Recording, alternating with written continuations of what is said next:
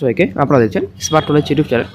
তো বন্ধুরা, একটা গুরুত্বপূর্ণ আপডেট, কলকাতা পুলিশ কনস্টেবল এবং আদার্সের নোটিফিকেশন রয়েছে, নিউ রিক্রুটমেন্ট নোটিফিকেশন এবং রেজাল্ট পেন্ডিং কিছু রয়েছে। সম্পূর্ণ তথ্য আজকে এই ভিডিওতে আলোচনা করা হবে।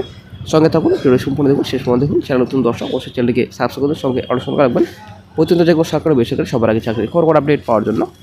তো বন্ধুরা, একটা গুরুত্বপূর্ণ আপডেট, আপনারা স্কিপ না করে তো অবশ্যই ভিডিওটি সম্পূর্ণ দেখুন। আশা করি সম্পূর্ণ তথ্য আপনারা এই ভিডিওতে পাবেন।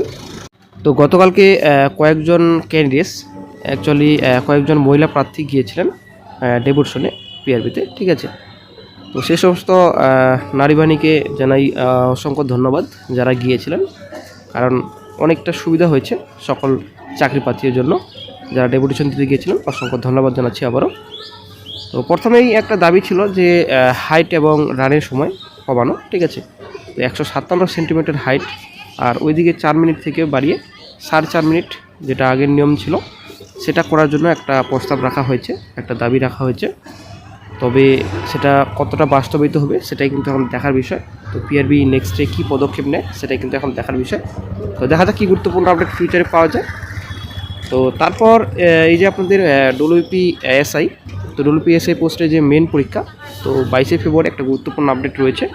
তো হয়তো 22শে ফেব্রুয়ারি পরীক্ষা হওয়ার অনেকটাই সম্ভাবনা রয়েছে, যদি স্কুল ফাঁকা থাকে কিংবা যদি বোর্ড মনে করে, তবে হয়তো 22শে ফেব্রুয়ারি পরীক্ষা হতে পারে। তো এখন নেক্সটে হয়তো গুরুত্বপূর্ণ আপডেট এই বিষয়ে আর একটা পাওয়া যেতে পারে। তবে দেখা যাক কী গুরুত্বপূর্ণ আপডেট ফিউচারে পাওয়া যায়। যে আপনাদের কেপিএসআই, তো কেপিএসআই আপনাদের রিক্রুটমেন্ট শিগগিরই হয়তো আসতে চলেছে। গত রিক্রুটমেন্টে যে 23 বয়স ছিল আপনার 23 থেকে 27, তো সেটা এখন হয়তো জেনারেল হিসেবে 30 করা হবে। তো এই বিষয়ে একটা দাবি জানানো হয়েছে। তো পিআরবি নেক্সটে কী পদক্ষেপ নেয়, কী সিদ্ধান্ত নেয় সেটাই কিন্তু এখন দেখার বিষয়। তবে নেক্সটে গুরুত্বপূর্ণ আপডেট পেলে অবশ্যই চ্যানেল আপডেট দিয়ে দেওয়া হবে। তো 27 থেকে এখন 30 করা দরকার, কারণ বয়সের অনেকটাই সমস্যা চাকরি প্রার্থীদের জন্য। তো অনেক কিছু কারণ রয়েছে। তো 27 থেকে 30 করে কিনা পিআরবি সেটাই কিন্তু এখন দেখার বিষয়।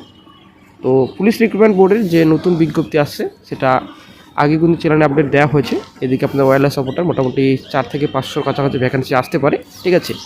ডব্লিউপি কনস্টেবল হয়তো একটা সম্ভাবনা রয়েছে ভোটের আগে বিজ্ঞপ্তি প্রকাশিত হওয়ার। তো মোটামুটি সম্ভবত বাজেট যে পেশ হবে 5 তারিখে হওয়ার কথা আছে। তো তারপরে হয়তো একটা গুরুত্বপূর্ণ আপডেট পাওয়া যায় ভ্যাকেন্সি রিলেটেড।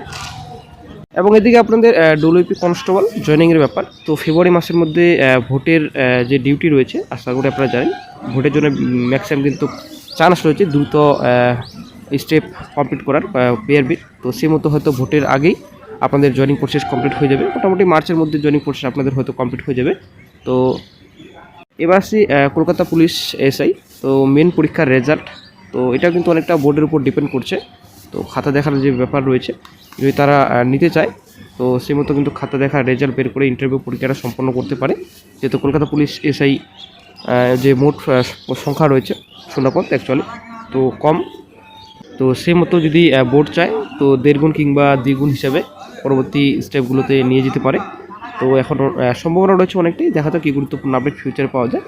নতুন ভ্যাকান্সি ওয়্যারলেস অপারেটর হয়তো শিগগিরই বন্ধুরা আসছে, ডব্লিউপি কনস্টেবল, এদিকে আপনাদের এসআই পোস্ট রয়েছে, ঠিক আছে। এবং বন্ধু একটা গুরুত্বপূর্ণ আপডেট কলকাতা পুলিশ কনস্টেবলের। তো সবথেকে একটা খারাপ আপডেট বলা চলে চাকরি প্রার্থীর জন্য। অ্যাকচুয়ালি ডব্লিউপি কনস্টেবল তো সেরে ফেলছে, কিন্তু কলকাতা পুলিশ একটু লেট হবে। তো একটা গুরুত্বপূর্ণ আপডেট পাওয়া যাচ্ছে। এর আগে ডেপুটেশনে কিন্তু বলা হয়েছিল, সে মতো কিন্তু এবারও তো স্থগিত রাখা হয়েছে, ঠিক আছে। তো অ্যাকচুয়ালি এবারও সম্ভবত ভোটের পর, ঠিক আছে, যে আপডেট উঠে আসছে সম্ভবত ভোটের পরেই কিন্তু কলকাতা পুলিশ কনস্টেবলের পিএমটি পিইটি হতে পারে, ঠিক আছে। তারপরে কিন্তু প্রসেস শুরু করবে পিআরবি, এমনই কিন্তু আপডেট পাওয়া গেছে গতকালকে।